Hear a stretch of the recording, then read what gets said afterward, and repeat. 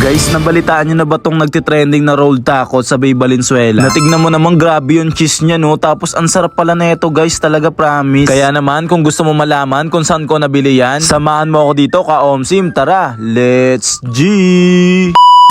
Ngayong araw nga pala guys, umorder ako ng rolled tacos by Goods Food Hub. Nakikita ko lang to sa Facebook kaya naman sinubukan ko. Bali sinubukan ko yung cook tsaka yung frozen na meron laman na 5 pieces. Bali umorder ako sa FB page nila tapos pinadeliver ko na lang kasi wala pa silang physical store. Pick up tsaka deliver pala. Located nga pala sila sa Maysan, Valenzuela City mga ka-Omsi. Sa may likod lang ng 3S Maysan. Nandyan yung ibang details, pakipost na lang para makita nyo. Napaka-solid na itong rolled tacos na to mga ka-Omsi. Meron tong gulay, tapos meron tong mga meat, tapos meron tong mozzarella cheese. Kung ayaw nyo naman na may cheese, meron din silang regular. Meron silang 4 na flavor ng meat dito. Merong beef, merong chicken, merong pork, tsaka merong tofu. Napaka-solid nito mga ka-Omsim, lalo na kapag mainit. Ito nga pala yung mga prices nila dito. Sa sobrang sarap nga na ito ay na-featured na sila sa may puhunan at sa iba pang radio station. Meron na rin kasama mga sauce yan mga ka-Omsim. Bali yung lasa niya manamis-namis na talaga namang mas bagay nga. Talaga naman napakasarap niya na pwede mo nga rin itong pagkakitaan dahil open sila for resellers at tsaka distributors. At soon magkakaroon na sila ng franchise. Tapos sa flavor naman ng spicy, magkakaroon na rin sila. Tapos sakto, meron akong binili na frozen. Makalipas ang ilang araw, nagutom at nag-crave uli ako. Buti na lang, bumili din ako ng frozen para may stock ako sa ref. Para naman sa walang mga air fryer at saka oven.